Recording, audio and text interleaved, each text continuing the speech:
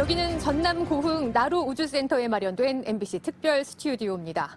순수 우리 기술로 만들어낸 우주 발사체 누리호가 지난해 역사적인 첫 성공을 거둔 곳인데요. 내일 누리호는 또 한 번의 도전에 나섭니다. 이번에는 진짜 위성, 실제 우주에서 임무를 수행할 실용 위성을 싣고 날아오릅니다. 그야말로 실전 비행인 겁니다. 누리호의 총 비행 시간은 18분 58초, 목표 궤도에 8개의 위성을 올려놔야 합니다. 발사대를 떠난 누리호가 어떤 과정을 거쳐서 성공하는지 김정우 기자가 전해드립니다.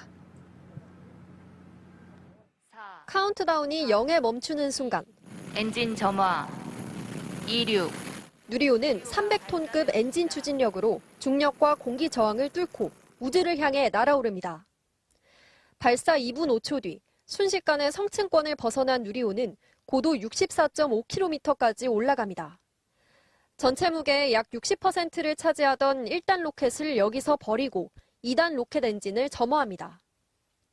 발사 3분 54초가 지난 시점, 고도 204km에서는 마찰열로부터 위성을 보호하는 덮개, 페어링을 벗깁니다. 이후 순식간에 2단 로켓까지 분리한 뒤 마지막으로 3단 로켓 엔진을 점화하며 고도를 높여갑니다. 마침내 발사 13분 3초가 흐른 뒤 목표 고도인 550km에 도달합니다. 여기서 주탑재 위성인 차세대 소형 위성 2호를 임무 궤도로 투입합니다. 바로 이 과정을 성공하느냐가 이번 발사의 핵심입니다. 누리호의 생김새부터 분리 과정까지 대부분 작년 발사 때와 비슷하지만 지구 우주관측 등 임무를 띈 실용위성을 누리호에 싣는 것은 이번이 처음이기 때문입니다. 저희가 가정하고 있는 오차 범위 내에서 차세대 소형위성 2호가 목표 궤도에 안착하는 것이 가장 중요한 성공 실패의 기준이 될 것 같습니다.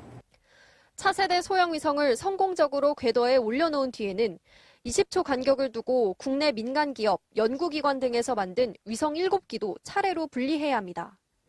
이륙부터 목표 고도 도달 여부, 순차적인 분리 여부 등 무엇 하나 쉽지 않은 과정입니다. 발사 18분 58초 만에 비행을 끝낸 누리호는 다른 소형 위성들과 함께 나란히 궤도를 돌다 수명이 다하면 다시 대기권에 진입해 불타 사라집니다. 위성 발사체 누리호의 역량을 발휘하는 실전 도전이 내일 이뤄집니다.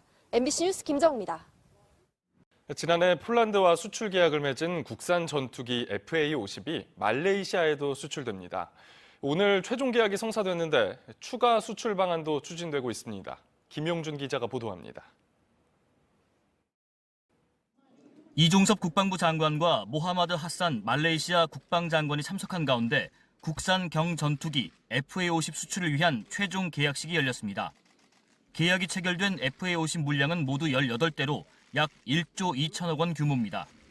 앞서 지난 2월 FA-50 제작사인 한국항공우주산업 카이는 말레이시아 공군과 본 계약을 체결했습니다. 이후 두 나라는 구체적인 납품과 후속 지원을 위한 세부 내용을 협의해왔고 최종 계약을 마무리한 겁니다. 말레이시아는 남중국해를 사이에 두고 영토가 크게 둘로 나뉘어 있습니다.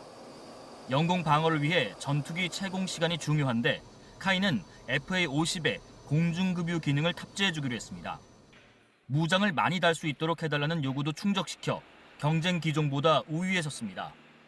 10년 이내에 도투될 예정인 말레이시아 주력 전투기들의 대체 기종으로 FA-50이 선정된 이유입니다.